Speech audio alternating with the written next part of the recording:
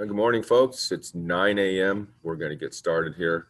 I believe the first thing we need to do is the morning announcements. So let me see if I can find this, and we'll get going.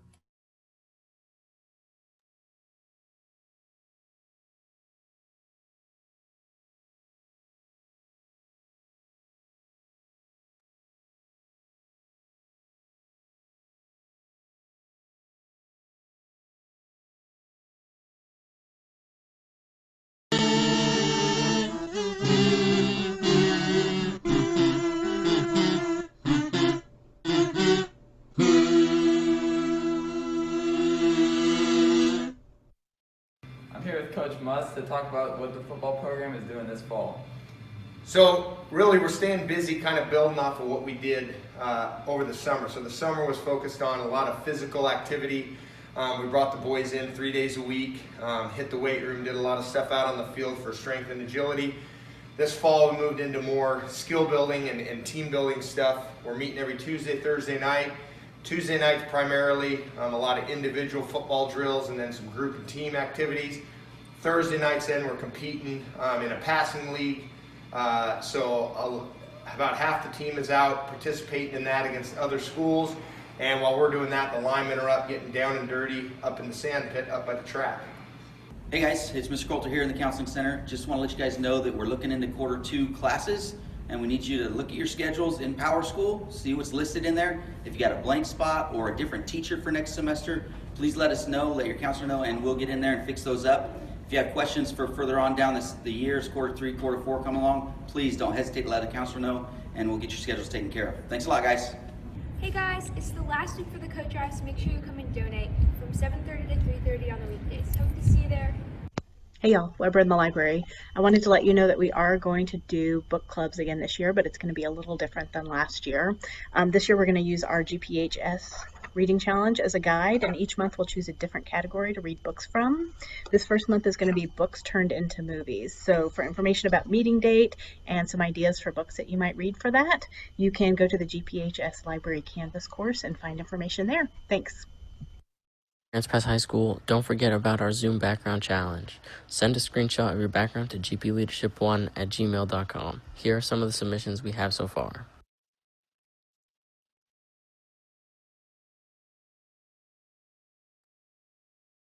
Hey GP, today is the first day of our virtual Halloween Spirit Week. Today's Nightmare Before Christmas Day, which means wear your PJs and your festive Halloween socks. Make sure to submit your pictures on Instagram at GPCaveman.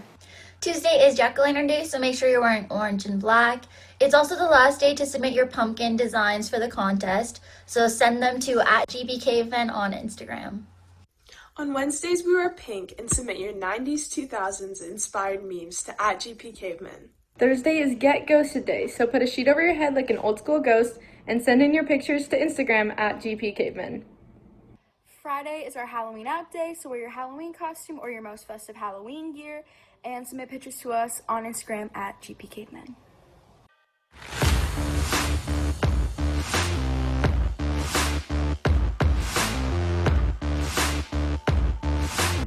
Are you a Ducks fan? Because there's something to be excited about. The Ducks are playing their first game against Stanford on November 7th at home. Or if you're more of a Beavers fan, they play against Washington State at home on November 7th. Game 6 of the MLB World Series with the Rays and the Dodgers is tomorrow night at 5. Tune in to ESPN to watch. The U.S. Spartan National races are in Seattle on Sunday at 10 a.m. Tune in to ESPN for the time of your life. Or if you're an early riser, you can watch Formula One racing at 4:30 a.m. on ESPN. Hey guys, there will be an email with a Google form in it for you to fill out for October Teacher of the Month. Thank you guys so much for participating in September Teacher of the Month. Grants Pass High School students, Principal Thompson here, and it is good to see you, even if it's not in real time. I wanted to update you for this as we close out first quarter and we are looking ahead to second quarter. This is the time period right now where we're making a decision about what kind of learning environment we're going to be in, whether it's comprehensive distance learning or the hybrid model, which is partially online, partially in person. We don't necessarily get to make that decision. It's numbers that make that decision. It's the number of cases we have in Josephine County, the number of cases we have statewide, that kind of a thing. Unfortunately, you may have heard by now, we are not going to be able to be in hybrid mode yet. So for the second 9 weeks, we will continue in comprehensive distance learning. It's not the news I wanted to hear. It's not the news I wanted to give you either. But please know, we're going to continue to work at creative ways, whatever we can do, to try and see you in person. We do have what's called limited in-person learning. Some of you may have come to school for some activities. We have to cap that number. We have a very limited number of students we can bring in each week. It's 250. Kind of sounds like a big number, but by the time you start filling in a number of our programs, it fills up pretty quick. But we will try and maximize that to bring in as many students as we can. Also, many of you are involved in some of our extracurricular activities, some of our athletics, and some of our like band and orchestra, where we're able to do some also limited numbers after school, and you already have been doing that if you are involved. And we're one of the few schools around the state that are doing that. There's some, but not very many, so we're excited to offer that. Please know, your teachers, myself, all of us, if we could wave a magic wand, we would want to see you every day. It is why we got into teaching to begin with. It wasn't to sit behind a computer. So hang in there. We're going to keep fighting the good fight, and we do look forward to the day we will return in person, because it will happen, and we're going to work to try and find creative ways to continue to see you, if possible, in person. Hang in there. We are GP.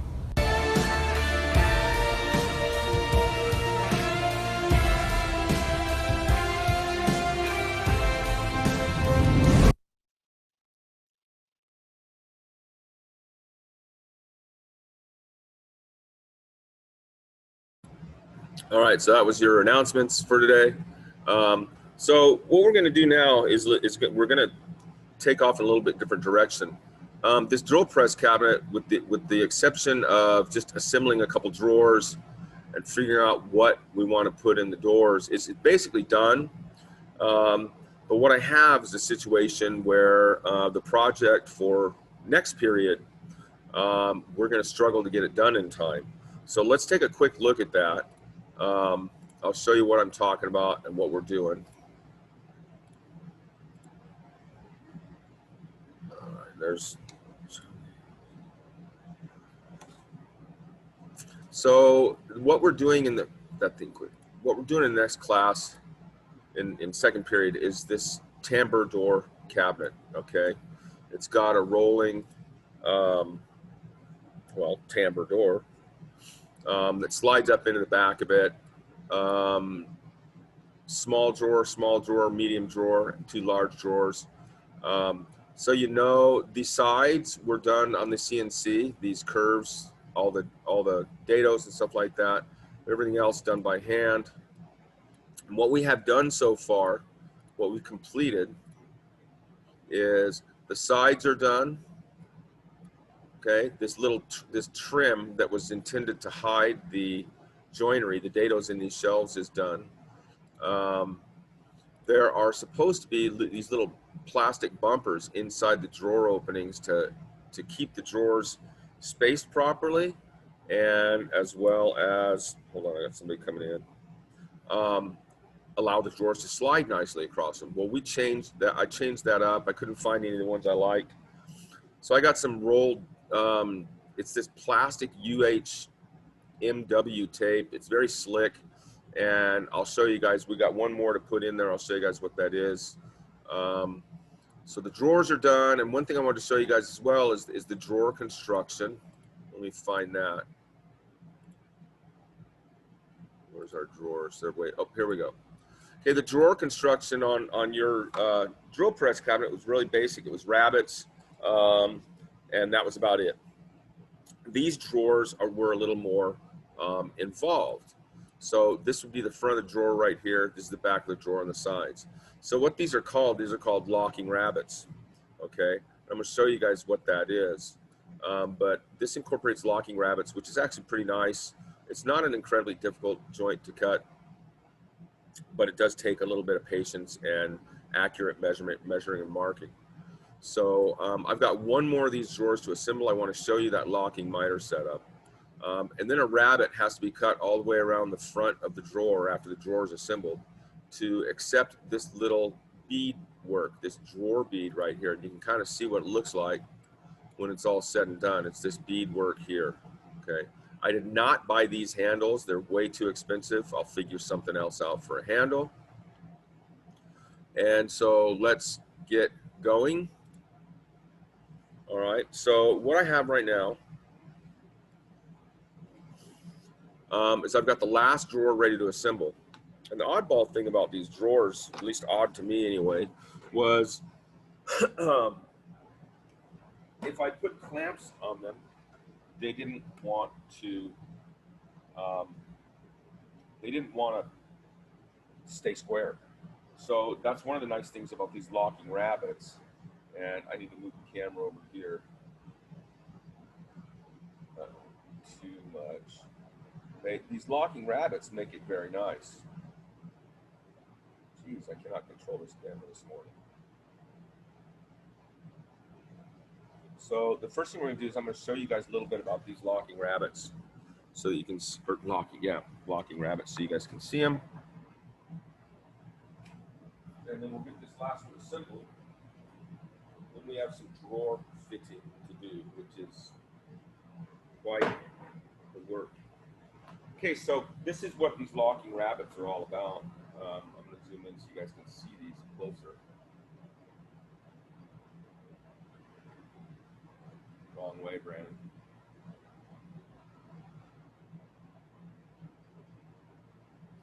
Okay, so here's how they work.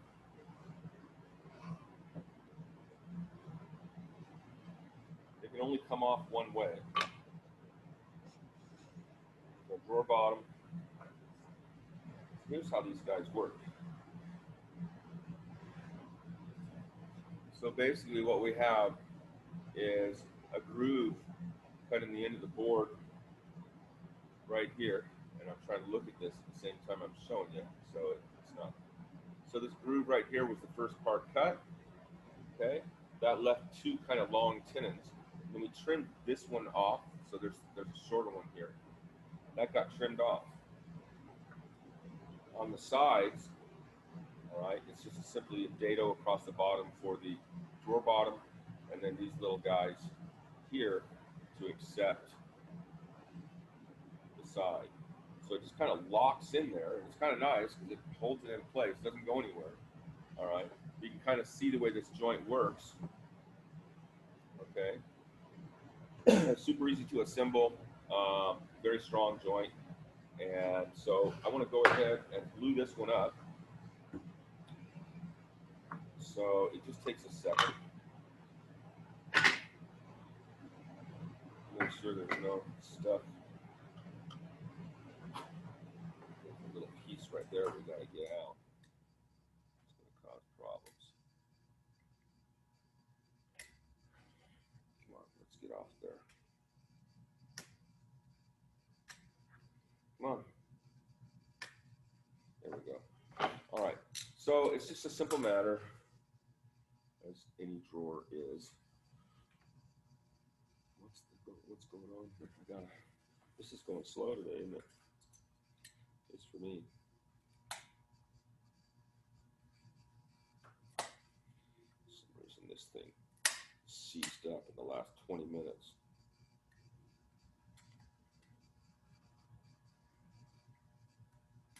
There we go. Got it. All right, so let's get this done. It's just simply a matter of brushing glue. I'm going to zoom that out a little bit.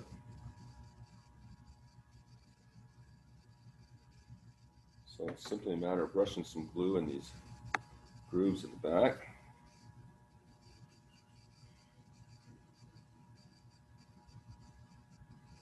It doesn't take a ton of glue. What I don't want is a whole bunch of glue squeeze out. It just makes a mess that's hard to clean up. So getting about the right amount on there is pretty kind of important. There's one end. There's the other end, just in case you couldn't tell.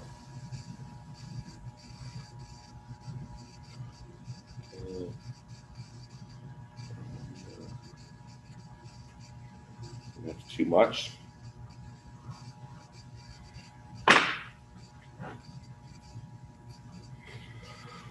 The other one.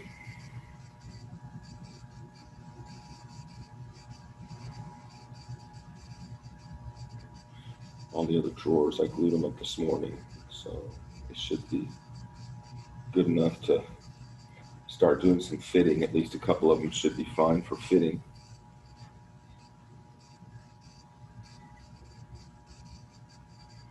Okay, last one. Thank goodness. I'm guessing this is not thrilling.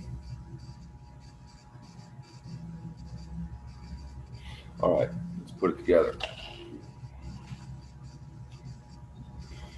All right, we're just going to drop it in. It's nice.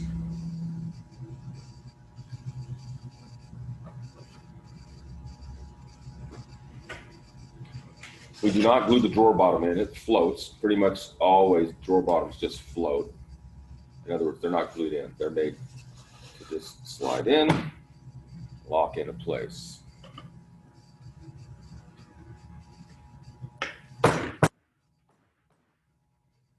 Okay, so one thing we always want to do when it comes to, especially these drawers, the way they fit, make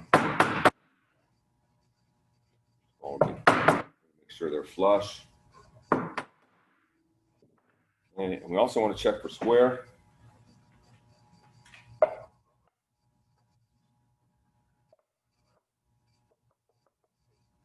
Little off, just a hair off. So the reason I was having some issues with clamping these things, you know, you'd have to clamp all over it, put clamps all over the place. So what I just decided to do, you can see it in the background over here, I just kind of clamped it in the inch vise. Wrong way. So I'm gonna do the same thing with this one. And then I can check for square once I get it clamped in there.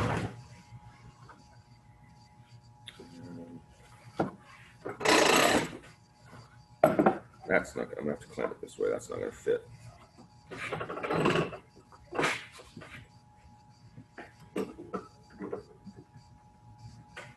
Not a ton of pressure. I just want to try and get this thing square. From what I was doing this morning, this tends to kind of work. May have to put a little clamp on it here or there. That's not long enough. Let's try this guy.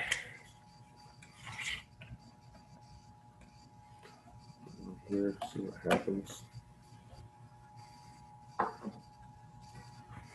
See where we are. That's nice and snug. Nice and square. Okay, we're just gonna let that sit. So let's go on to the fitting part. I'll show you what I'm talking about. The tolerances on this, there's only supposed to be a 1/16 of an inch gap on these drawers, which makes for just a little over a 32nd of an inch gap on each side. So this is that, here, I gotta get this over here, don't I?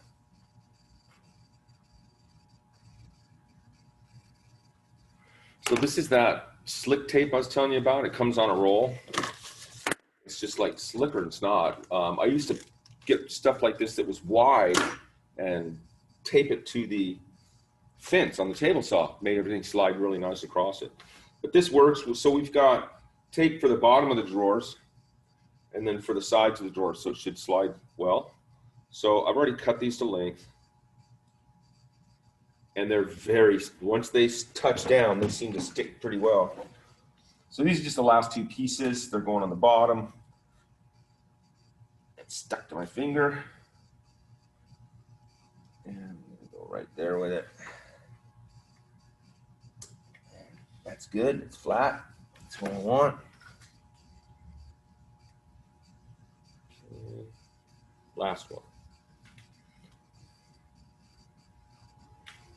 This is one good reason why you don't have a back on this thing yet, so you can reach the drawers to work on them.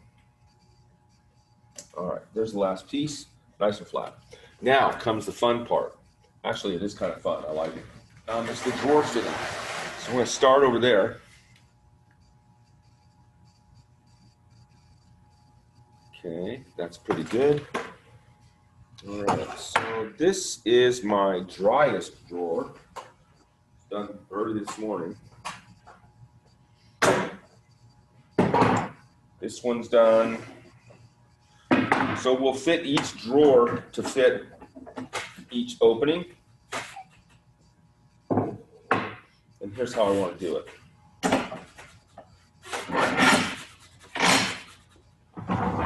So this first drawer should go in here, and it's a tight fit. So I need to take a little off the sides. I even need to take a little off this upper edge. Okay, so the easiest way I can think of to do it, got a choice between a low angle block plane and a cabinet scraper. I don't know if you guys have used a cabinet scraper before, but for very, very minimal material removal, this cabinet scraper is pretty good. So let's see how much we can get off with that. I prefer to use this instead of the hand plane because with the oak it tends to catch grain pretty bad. So we'll see what this cabinet scraper will do. The cabinet scraper basically takes off these really fine little shavings. It's actually a good finishing tool for getting a finish on something. Let's see, I really don't know if this is going to take off enough material or not, but we'll take a little bit off both sides and see what we get.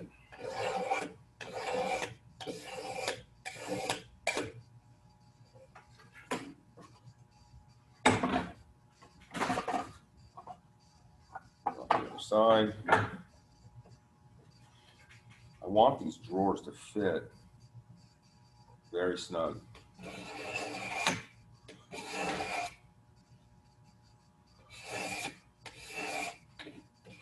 I've got a feeling we're going to end up with a hand plane on this. This is not going to be enough material removal, I don't think.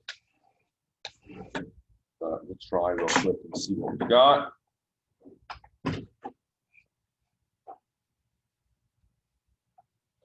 See if that's doing us any better. Got a little more takeoff. Let's see what we can do with the hand plane. So I can keep from really messing this up.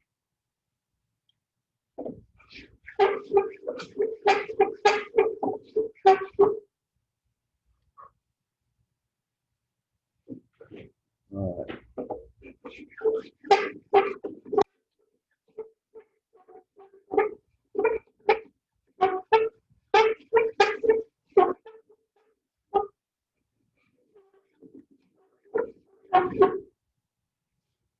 Definitely taking off more material, and it's not tearing it out, which is what I was afraid of. So.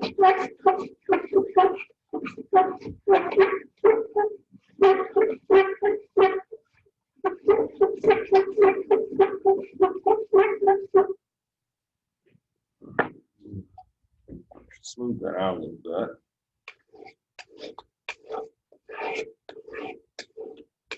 It's quite the process for fitting a snug drawer.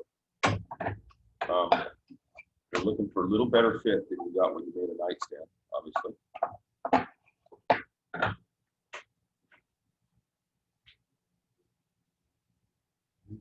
See if we can get off this other side. Come on.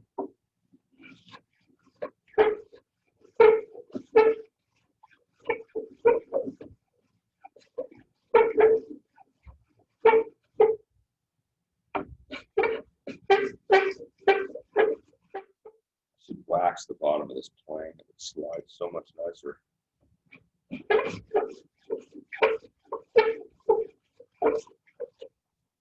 All right, let's see what we got. What I don't want to do is take off too much and end up with a sloppy fit. Let's see how that does. I'm gonna have to take some off the top. Actually, there's probably an easier way to do this, and I'll show you that.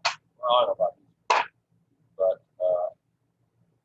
whoops, wrong way. I'm gonna go to the table saw.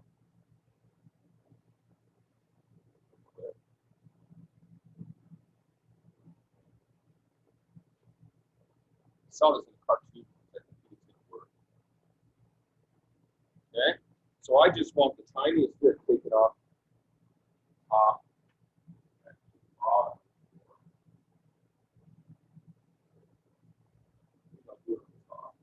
Basically, what I'm going to do is I've got to keep the rider nose out.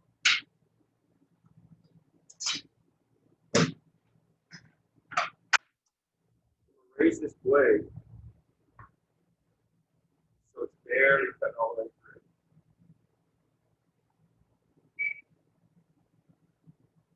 Okay. Now what I want to do is take just the tiniest bit off. The tiniest bit.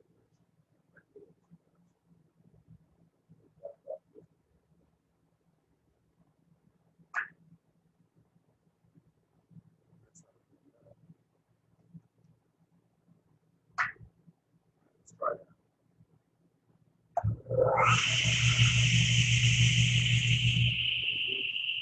Good block.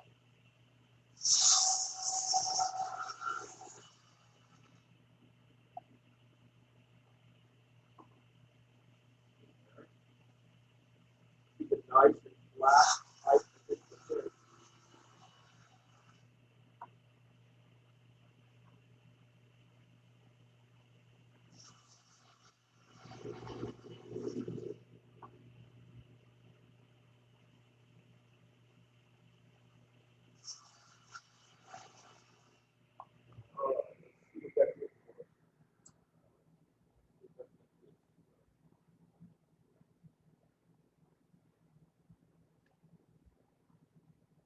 Wrong way again, Brandon.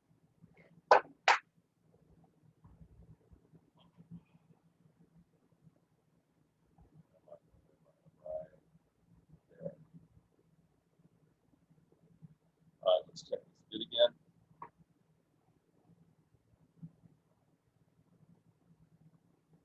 That's the right height.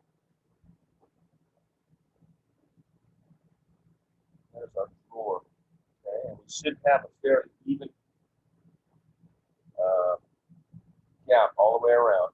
So actually what I'm going to do is I'm going to take a hair more off the top of this. That slides real nice. We're going to take just a bit more. I'm just going to move the camera where it is now. It's straight. That's what I want right there. Ready?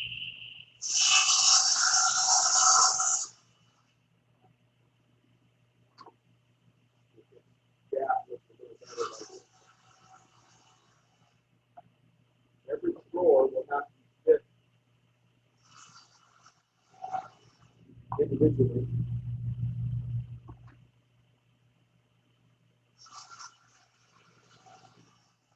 All right, there we go.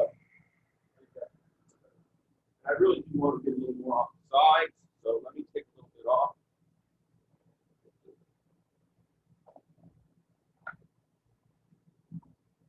Still have the tiniest little issue.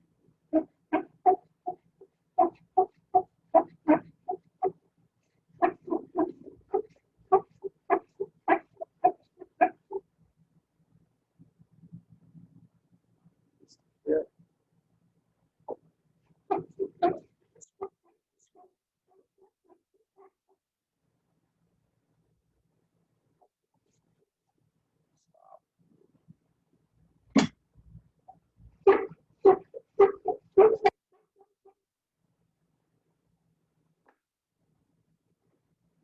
Soft scraper.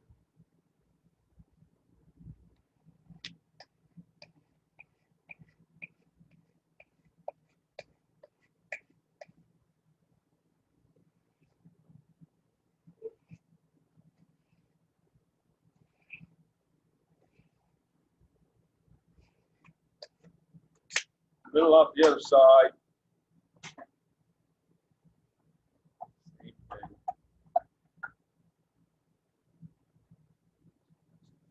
Same thing. Most of this is by feel.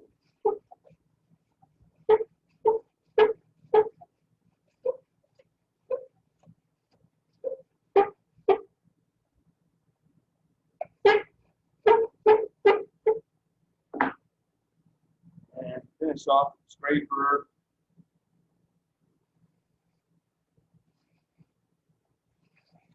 Really fine tune this.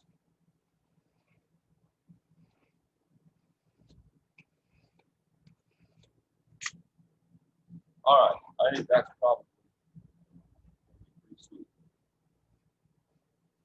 Let's see what we got. That's much better. So what I want you guys to see is the gap around this. That's really important because it's the flush mount floor. So it's going to be seen.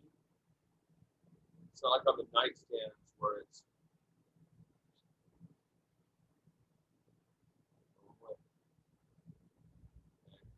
we should have a consistent gap all the way around the drawer. Okay, that's what we want. All right. So each drawer is going to have to fit separately. It's not too bad. It works out pretty well. They slide nice on that slick tape. So I'm happy with that. About $7 or $8 for all that stuff. Not too bad. So our gap is pretty good. So the next thing we'll do, once we get all the drawers fit, is we're going to put that decorative bead around the edge of the drawer, or around the edge. And that's going to be interesting, cutting that. According to the plans, it's cut on the table saw after the drawer is assembled. And my biggest concern is tear out. There's a little bit of tear out in the corner right here, but that's going to be taken off for this bead work. So I'm really concerned about tear out. So I may take some special precautions to tear out when the blade exits this guy, and try and get it back without tear out at all. Okay, so that's going to be what we're going to continue working on. Hopefully by the middle towards the end of this week, Wednesday or Thursday, we'll start on the tamper door. That's a really interesting little process. Doing up the tamper door. Let me pull the plans up. I'm going to show you guys what it looks like. The whole separate set of instructions in this plan. You guys really picked a good one. Okay, so yeah, that drawer looks nice. That'll be good. All right. So the plans. Okay, this is that little decorative bead I was telling you about that's going to have to go around it. And they basically add a bead molding, mitered around the drawer fronts is blah, blah, blah. So how to do the bead. So basically, let's see, we're best to cut the rabbets before making the bead so you can fit the bead to the size of the rabbets, okay? And then it's all mitered corners for this guy. But the timbre portion is interesting, okay? The timbre requires 40 separate pieces of slat work. This is integral too. This as well, this little stop. But the way it's done is, where's the next page thing? We're considering a couple different things. The way they do it in this set of plans is they've got this jig, and we'll have to have a jig, okay? They lay all the pieces in here. They tape off the edges. They're going to be sliding inside the groove for the timbre. Then they apply contact cement to both the back of the slats and this surface on the canvas. And it's just I just picked up a painter's canvas this summer. It's just a $10 piece of canvas you'd use for painting a house, keeping the floor clean or whatever. I don't know what's called. But you apply contact cement to both surfaces. Let the contact cement set, then you roll it tight to the back. We saw another process that was wood glue.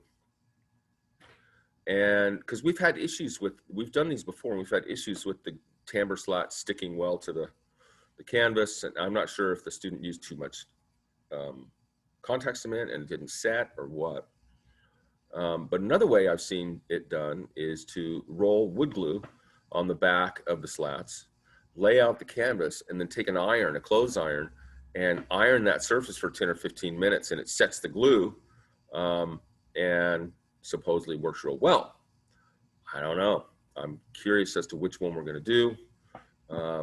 So yeah, that should be interesting. All right. So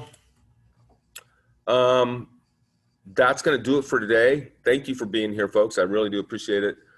Make sure your name gets in the chat window, and have a good day. It's Monday. Get through this week and have a Saturday, Halloween, and have a great day. And I look forward to seeing you guys tomorrow. Okay. Take care of yourselves.